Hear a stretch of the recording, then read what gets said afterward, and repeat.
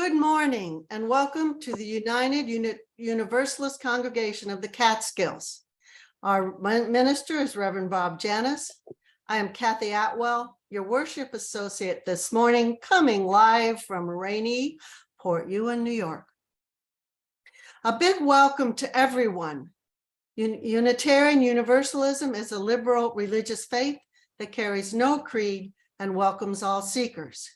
Whoever you are, whomever you love, wherever you are on life's journey, you are welcome here. We are guided by a set of principles and written sources that compress the many ways to come to know and understand the world, the universe, and the divine. Our principles are important to us at UU Catskills, and we live our values on a daily basis. We affirm that Black Lives Matter. We are a welcoming congregation of the LGBTQ+ community. We are a congregational affiliate of the Ulster Immigration Defense Network. We are an active voice in the effort to address climate change, and we acknowledge that our sanctuary is built on Lenape Nation's ancestral land.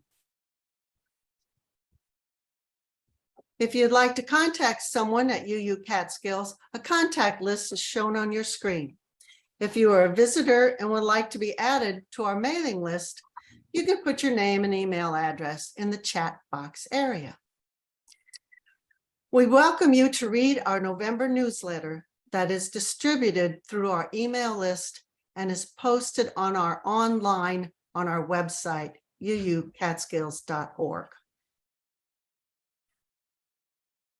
We have UU community circles. Community circles are small groups of members who live in the same area. They meet regularly in person or online through Zoom.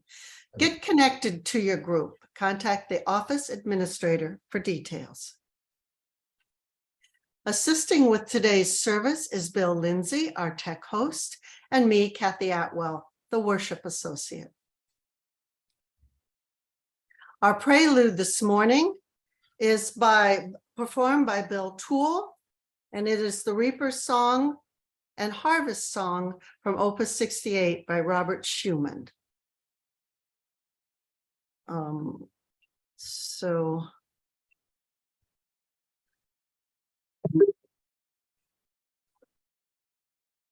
Is he ready? Bill? Ready.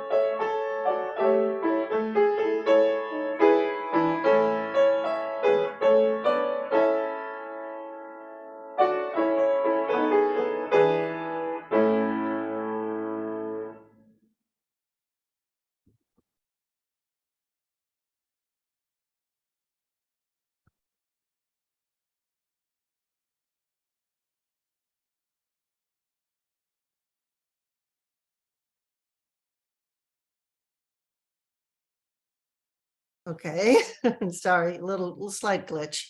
All right, so we'll light our chalice. We light this chalice in loving community, in grateful, loving community. Even in the darkest of times, may its flame light paths to courage, justice, and hope. I'll set this up. Our UU Catskills affirmation will speak together. May we be reminded here of our highest aspirations and inspired to bring our gifts of love to all living beings. May we know once again that we are not isolated but connected in wonder and joy to mystery and miracle in the universe, in this community, and in each other. So this morning, the intent for this service is to celebrate and cultivate awareness of the Native American life and culture in our regions. We will hear from Indigenous groups about their current projects and missions. So as we enter today's time together, we honor and celebrate Native American, National Native American Heritage Month. I will let others speak their ideas, their ambitions, their hopes, and their concerns. I want to especially thank Jenny and Catherine and the worship committee for helping me pull this service together. I have come to understand from my interactions with various nations and friends that what Indigenous people, First People, American Indian people, the people, want to emphasize is that they and their culture are still alive, still here. They did not die off. They did not forget their culture. They want what we all want, to be recognized and valued, respected and included in the conversation.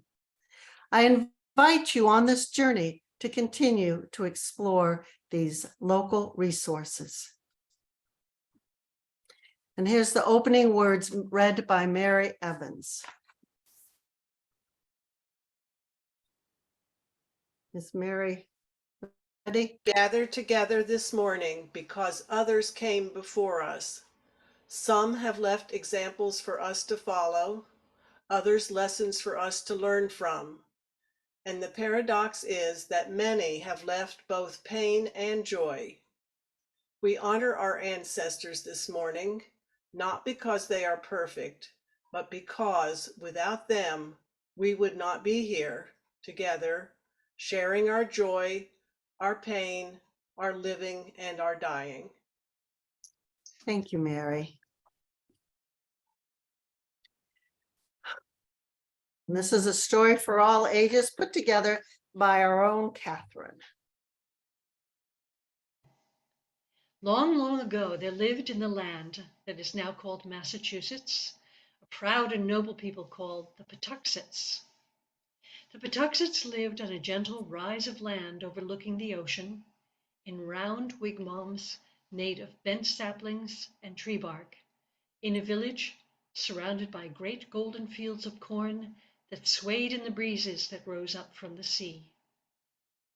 And when the corn ripened, drawing the hungry crows, it was the job of the children of the village to chase them away. One could hear their young voices mingling with the caw, caw of the crows in the field. And one of these voices belonged to a boy named Tisquantum. Tisquantum, or Squanto, as he was called, was zealous in frightening away the shiny black birds, for he had been among those who had planted the corn in the spring. Squanto also helped plant the pumpkins and squash, gathered the wild strawberries and cranberries, which the women cooked in pies, and sometimes he went into the woods with his father to check on the twine snares they had set to catch wild turkeys. When Squanto was older, he fished in the ocean, catching cod and bass and other large fish.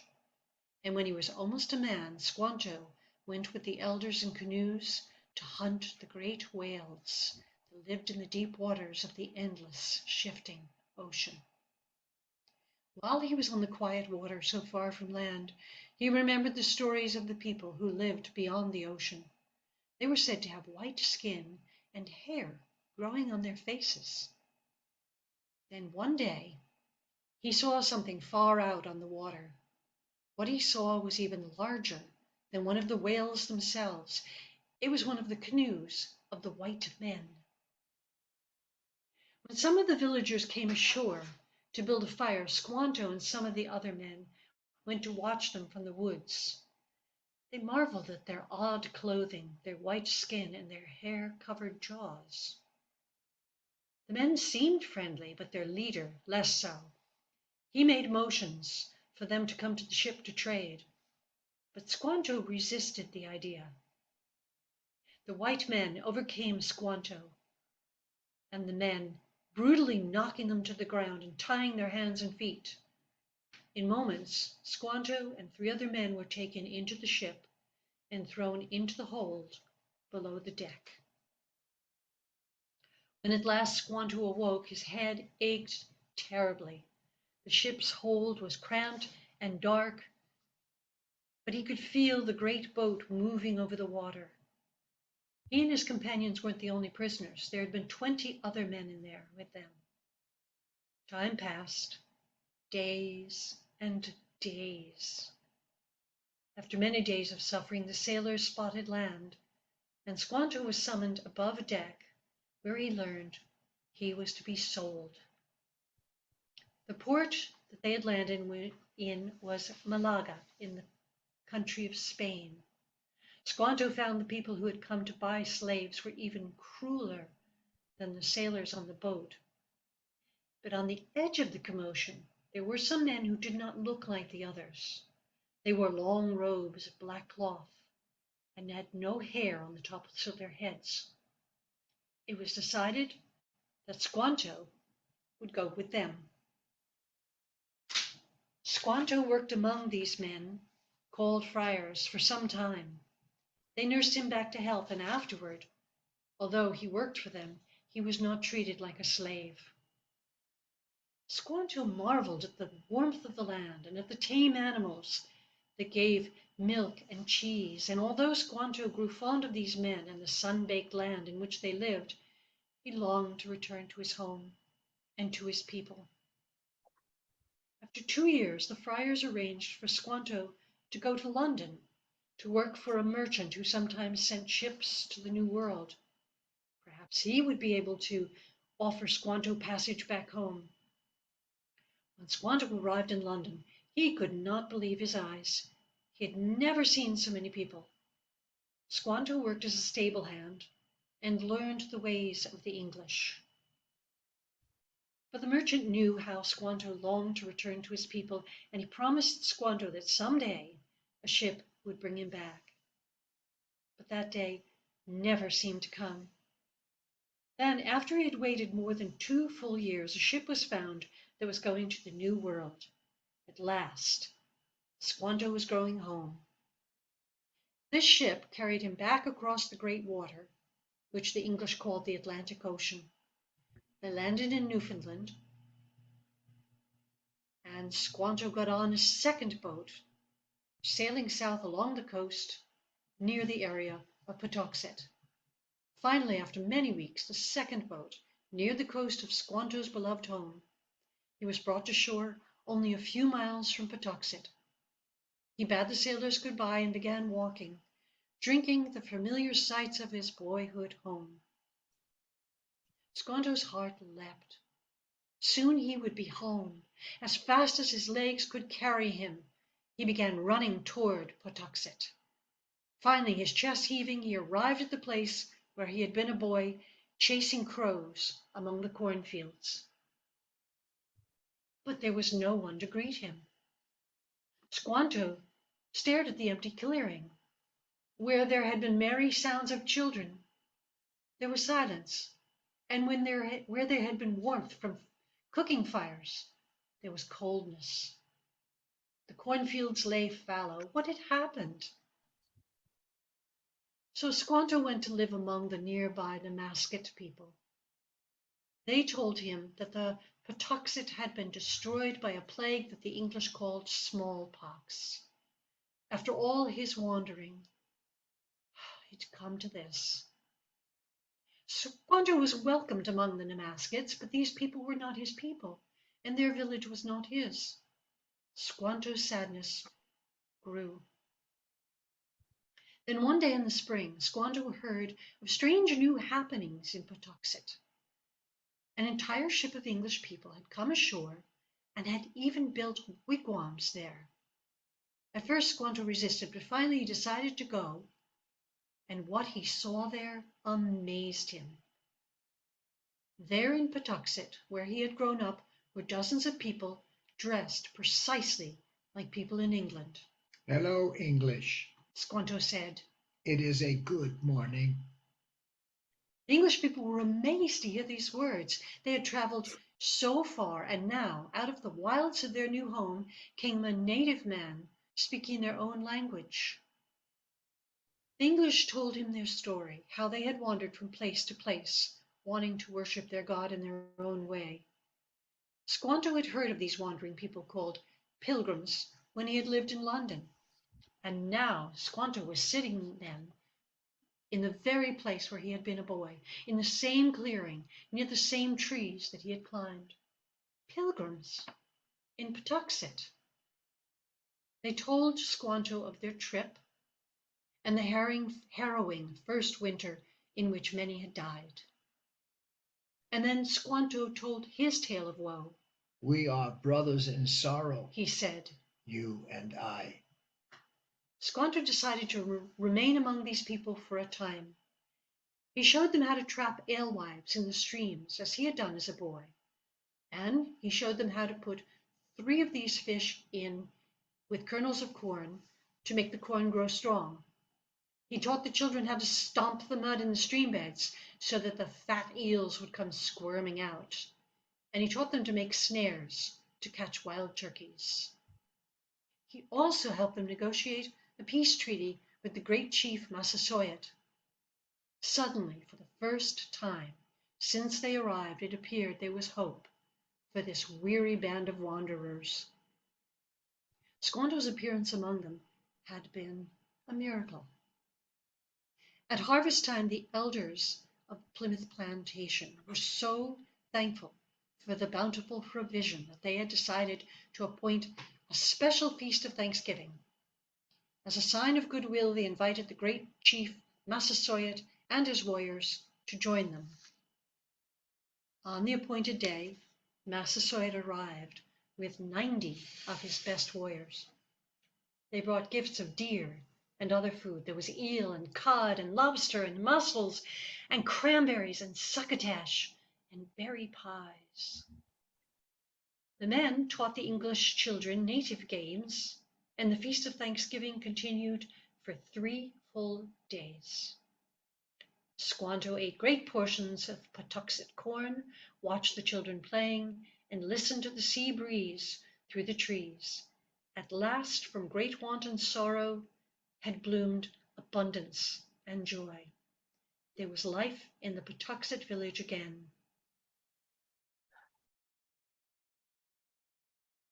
Thank you, Catherine. Long, long wait. ago, there lived in the... Sorry. So this month, since we start a new month, November, our offering, our half plate donations will be to the Worker Justice Center of Ulster County. You can look on the website of the Worker Justice Center of New York. You can see that their mission pursues justice for those denied human rights, with a focus on agricultural and other low-wage workers through legal representation, community empowerment, and advocacy for institutional change. And our offertory by Bill Tuel is Songs Without Words by Felix Mendelssohn. And Bill wanted to honor the 175th anniversary of his death, November 4th, 1847. So if I.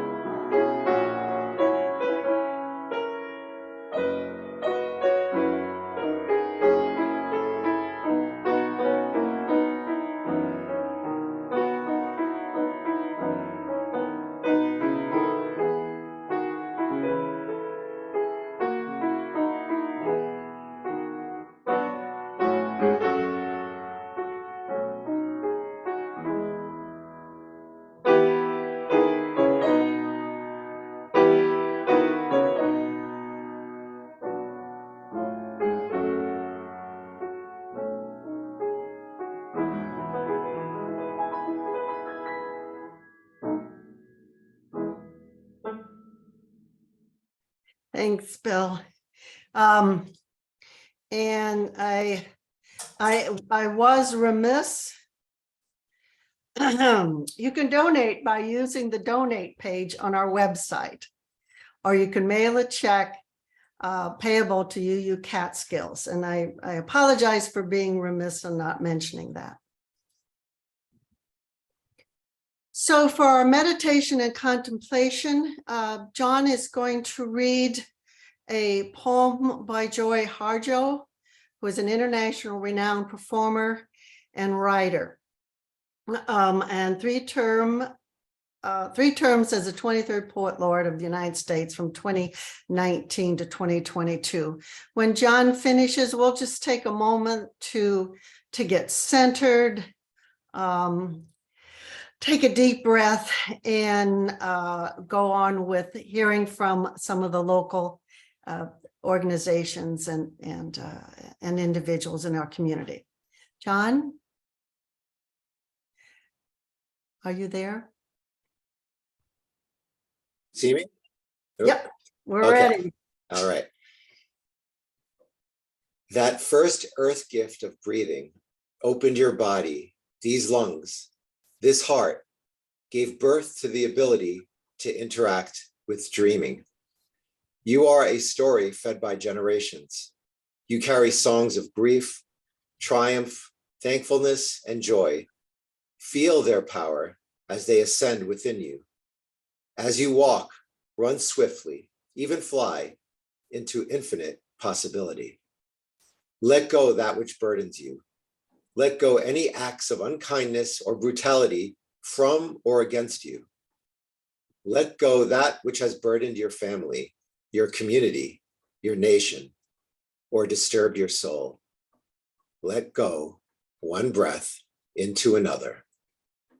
Pray thankfulness for this earth we are, for this becoming we are, for this sunlight touching skin we are, for the cooling of the dark we are. Listen now as earth sheds her skin. Listen as the generations move one against the other to make power. We are bringing in a new story. We will be accompanied by ancient songs and will celebrate together. Breathe this new dawn. Assist it as it opens its mouth to breathe. Thanks, John.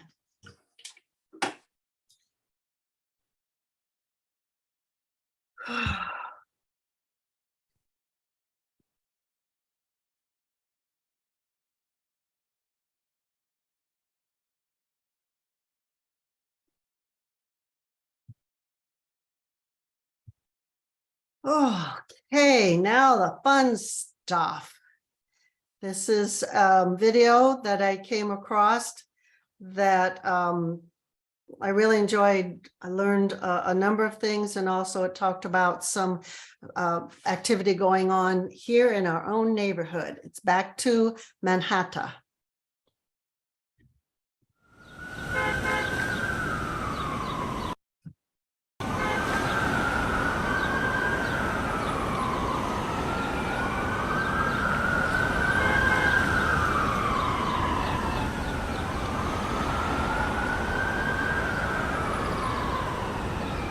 This country can do anything it really wants. Beat the Brits, land on the moon, split the atom. How about finally making friends with the native peoples it tried so hard to vanquish?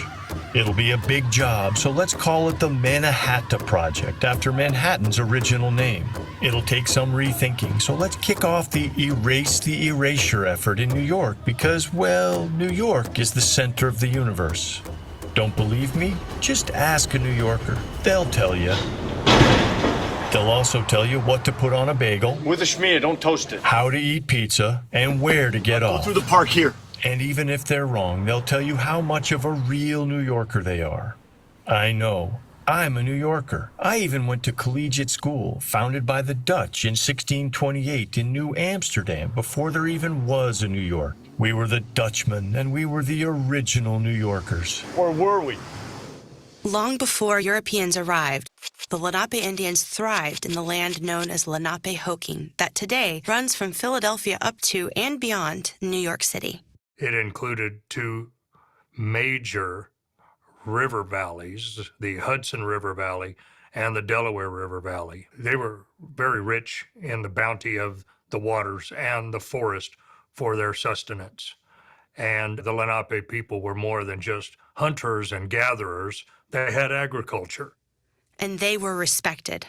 The Lenape were indeed very capable of being fierce warriors, but they were really known among their neighboring tribes as Mahumsak, the grandfathers. They were considered to be the wise ones, and their elder leadership was often called upon to mediate peace. So that's how important and distinctive the Lenape were preceding colonial contact. But today, in New York, the Lenape are all but invisible. Where did they go? Those that weren't killed were moved away, far away. First by the Dutch, who built a wall, that became Wall Street, around their colony to keep the Lenape out. Then by the British, and then the Americans, all under moral cover from the church, which decreed, You go to these lands, you take dominion over these lands and the savages that live on the land. And you are to convert those savages to Christianity. Those that will not convert, you kill them. or just force them out. The Lenape, along with many other Native nations on the East Coast, were moved several times before finally having a home to themselves. So the move started, you're in Lenape-Hoking, which is parts of New York, Pennsylvania, New Jersey, and then they're shifted westward as colonial expansion starts to happen more. Today's Lenape descendants live primarily on 5 reservations in Ontario, Wisconsin, and Oklahoma under names given them by federal governments including Muncie, Moravian, and Delaware. The people of Lenape, which includes New York and New York City, need to know that the Lenape people continue and are in thriving communities. The largest of which is in Bartlesville, Oklahoma, on the Delaware Tribe of Indians Reservation. Delaware is a name that was given to Lenape people by Europeans. It is not who we are. We are known as Delaware today. We are Lenape. With a dream of returning to Lenape People don't realize how significant those homelands still are to us. There's a reason why the East Coast calls you home, because it is home. There's a reason why when you are in New York, while you're there, you feel a sense of peace, because that's home. Okay, so now that we know this, what are we gonna do? We're going to build a center.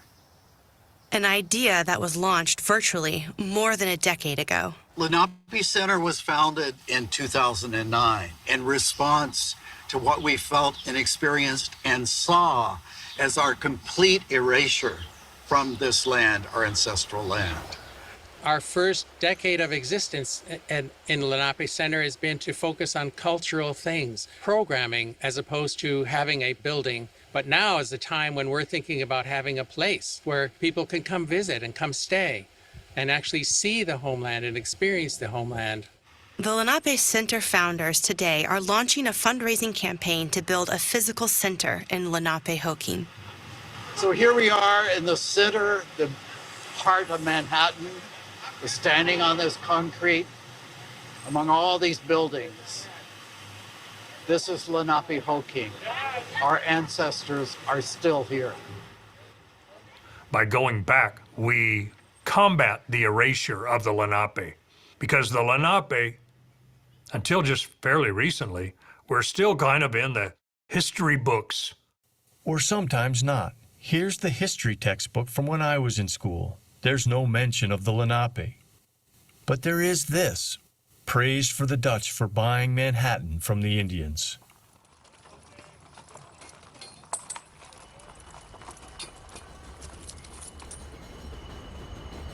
Some things are beginning to change. Collegiate school students now study the Lenape, and Columbia University and the Metropolitan Museum of Art have installed plaques stating they sit on Lenape homeland.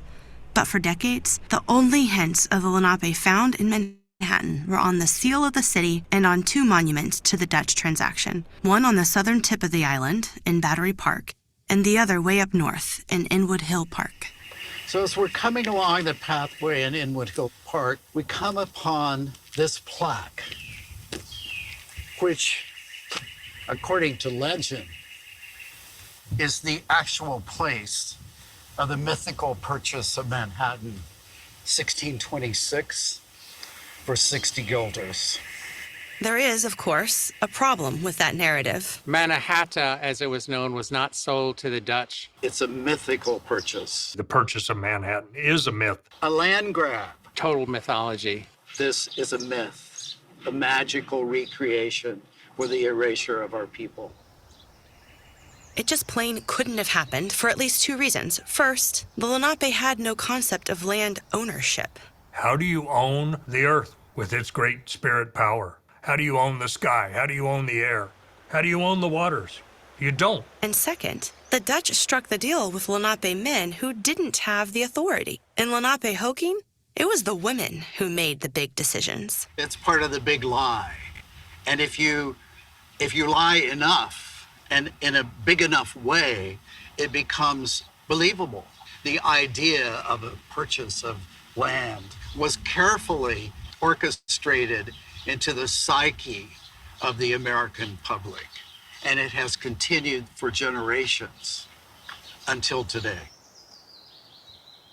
Along with other degradations, after successfully taking native land, the United States took aim at native culture. Under policies of forced assimilation from the 19th century to the 1970s, native children were taken en masse to boarding schools and forbidden to speak their language or celebrate their heritage. It was nearly the death blow for many tribal cultures, including the Lenape. My relatives didn't want to be native in the America that they grew up in. I mean, they were actually taught not to practice their culture. to fit in, their culture was stripped away from them in boarding schools. But the last embers never went out. I knew when I had children that I wanted to be able to have my kids grow up to be around the drum, to be around the culture, to be around the people. And Kayla is a product of that. I am Lenape. I am indigenous. So that means to me that everything that has to do whatever I do, whether it's the clothes that I wear, everything, it gets indigenized. So. Oh, shoot. I'm sorry. I bumped my. You could probably just fast forward to that spot. Yeah, I'm going to. Yeah. It was probably in the middle, maybe. It was, oh, there you go. There you are. It's into all of my life.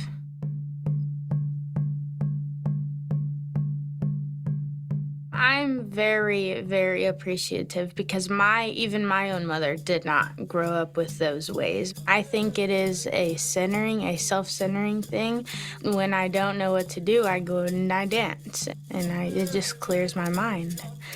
And I'm thankful for that because I would not be the person that I am today without my culture.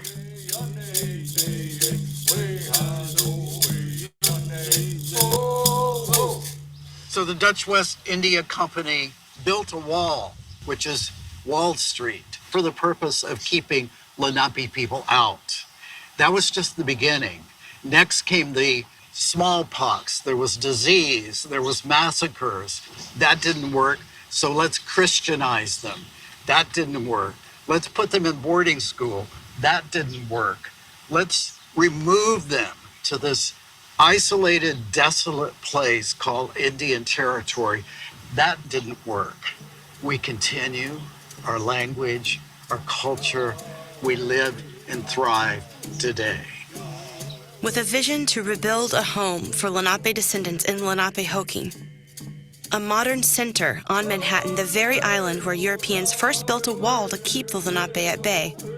A center that's close to the ancestors' forest with its arrow-straight tulip trees used to make dugout canoes and close to the waters that served as food sources and trade routes. A Lenape cultural center built in the one place that checks all those boxes. And the last wild stand of forest on Manhattan in Inwood Hill Park on the very northern tip of the island.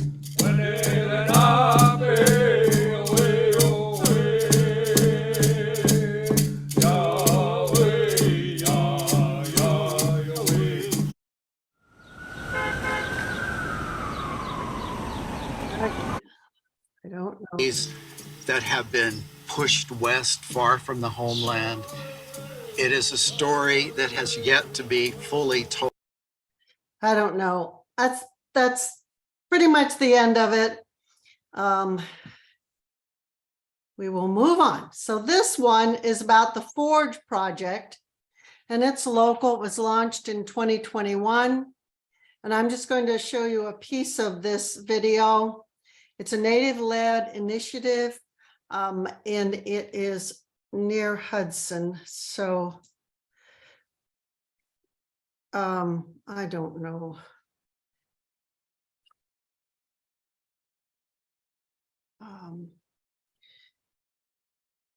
I do apologize. I don't know why it normally. Let me see. You can't just press play there? Yeah, Button. no, here, it's because I'm sorry, it didn't do this at home when I was practicing, but this, I'll just play it from here. Thanks everyone for coming tonight.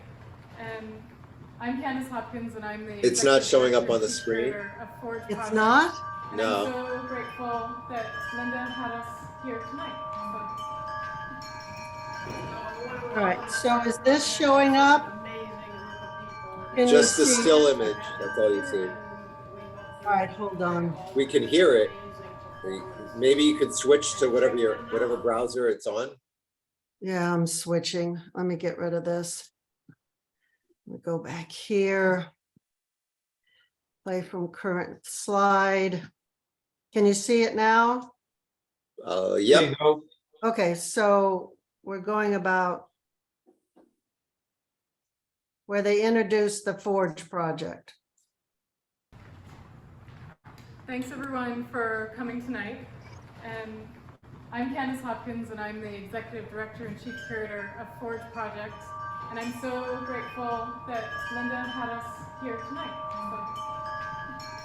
We want to welcome the Forge Project. It's such an amazing group of people, and it's our honor to have them here, and we hope you enjoy all of these amazing performances. And check them out. And also, please come to TSL more often. We're here.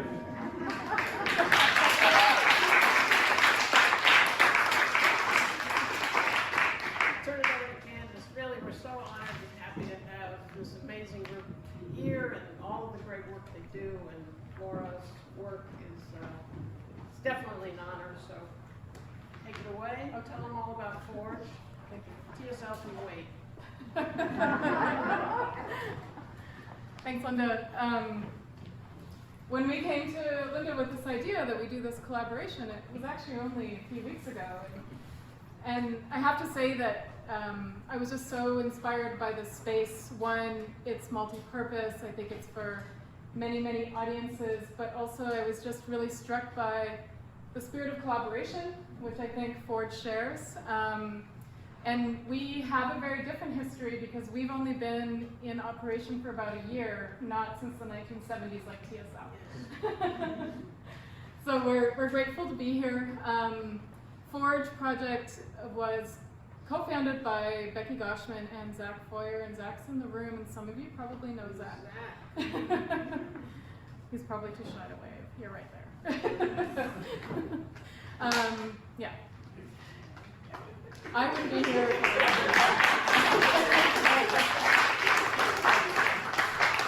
So Forge, if you don't know anything about us, we do a few things. We are an organization that's dedicated to Native futures, we like to say, and rethinking Native histories, which is a really important thing to do in these lands of the people of the waters that are never still, which is the Mohicaniac people, or the Mohican people. And you all likely know that these are lands of great displacement, waves of displacement, starting hundreds of years ago. And the Stockbridge-Muncie community now live in Wisconsin, but we are on their homelands, and I want to say that to honor them as well. So to tell you a little bit about Forge, Forge runs a fellowship, and Laura Ortman, the acclaimed musician, is one of the 2022 fellows at Forge, so we are so grateful to be here to honor her work.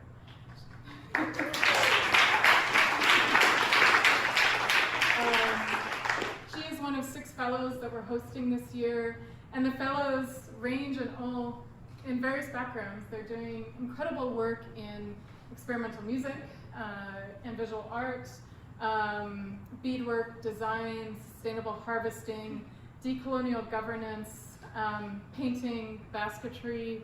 So an entire wide range, and we think that one of the important things of Forge is to be a place where people can gather from many different backgrounds. So it's not necessarily just focused on visual art. We do a lot of events in Hudson. We worked with Mayor Kamal to declare May 5th the Awareness Day for the City of Hudson for an ongoing epidemic, which is murdered and missing Indigenous people. And there's more information on those stats. So we held a march here. We're really grateful for that collaboration. And we are located about 20 minutes away from Hudson, so we're not far. This is the largest, community near where Forge is, on the kind of edge of Taconic and Ancram. So we host a fellowship. We host a working farm in collaboration with Sky High Farms that's dedicated to working with Black Indigenous farmers and all kinds of learners from all ages. And right now, they've planted a Three Sisters garden, so that's centered on corns, beans, and squash, all things that would have been grown here. And we have a lending art collection that's centered on the work of contemporary Native artists. So artists working now, working today. Part of that is, and I like to say that even our collection is activists in nature. So we try to get it out into the world because, you know, if you follow even the development of the narrative of the history of modern art at a place like the Museum of Modern Art, for example, they predicate their own history on the borrowing of Native aesthetics, the liberal borrowing of the aesthetics, but yet, you know, the last Native group show at the Museum of Modern Art was in 1942. So there's a huge absence. So we're trying to, you know, work to not only correct that absence, but I think more importantly, ask the question why it exists. You know, why it exists when there's so many artists doing so much incredible work. So let's say that Forge is really dedicated to that incredible work. We run a lot of public programs, of which this is one. So we're just grateful for those of you who haven't met, to have you here. And now it's my great honor to introduce a friend of mine. Okay, I'm going to move the rest of it. It's over an hour program, but Forge Project is, that's their website, forgeproject.com. And they've started the first Saturday, every first Saturday starting in November, and we missed it yesterday. They're hosting a special 3-part series of dialogues and intimate conversations. So that sounds like it could be very interesting. Again, if you look at their webpage, then you can find out more information about what they're doing. They do come to Kingston. They did a program at Rough Draft, which was sort of where I found out about them. And this is fun. We're still celebrating first for Native Americans. NASA astronaut Nicole Mann has made history. And here we come through. First one through the hatch is going to be Nicole Mann, commander of Dragon, and now the first Native American woman to live and stay aboard the International Space Station. She says she feels proud to represent the Wailaki of the Round Valley Indian tribes in Northern California. I think it's important that we recognize that there are all different types of people on board the International Space Station, not only from different countries, but from different backgrounds and different nationalities. What that does is it just highlights our diversity and how incredible it is when we come together as a human species, the wonderful things that we can do and that we can accomplish. Nicole's influence has motivated others with indigenous backgrounds to have an interest in NASA. There were some boards at NASA with people that have indigenous background or that are natives that have come together and that have followed on the mission because they heard that a Native American is going to space, and that has excited them. I think that's great. Now that she's in space, Nicole and the rest of the team hope their work can make the Earth a better place to live. I think the space exploration does a lot for us looking beyond low Earth orbit, but it also does a lot to benefit humans on Earth. That allows us to expand, to grow, and to learn. The more that we can learn about our planet Earth, the better we can do to take care of her. This is Inside Edition Digital.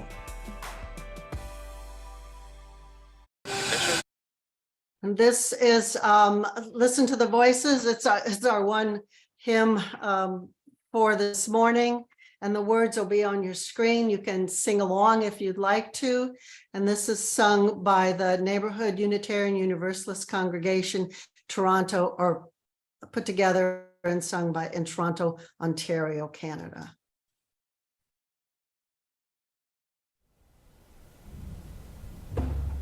Listen to the voices of the First Nations. Ooh. Listen to the voices of the First Nations, calling out the messages of the earth and sky, telling us what we need to know in order to survive. Listen to the voices of the First Nations. Ooh. Listen to the voices of the old women. Ooh. Listen to the voices of the old women, calling out the messages of the moon and sea, telling us what we need to know in order to be free. Listen to the voices of the old women. Ooh. Listen to the voices of the young children. Ooh. Listen to the voices of the young children, calling out the messages of the heart and soul, telling us what we used to know before the lies were told. Listen to the voices of the young children. Ooh.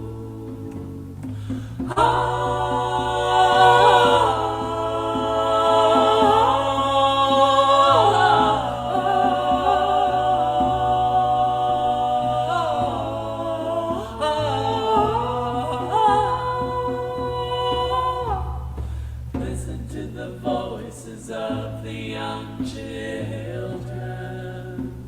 Ooh. Listen to the voices of the old women. Ooh. Listen to the voices of the First Nations. Listen to the voices of the living.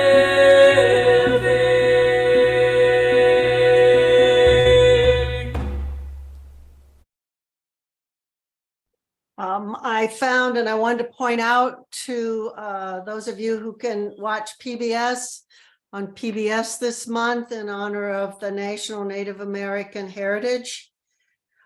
They have November 13th is 3 o'clock on Sunday. Road Trip Nation, Native Way Forward, follows a journey of 3 Native young adults as they road trip across the country to sit down with Indigenous leaders who are making art, building businesses, conducting research, and shaping policy. And then on the 17th, on Thursday at 9 p.m., it's Groundworks, profiles 4 California Native co-creators of the Groundworks Project, an immersion year-long media collaboration.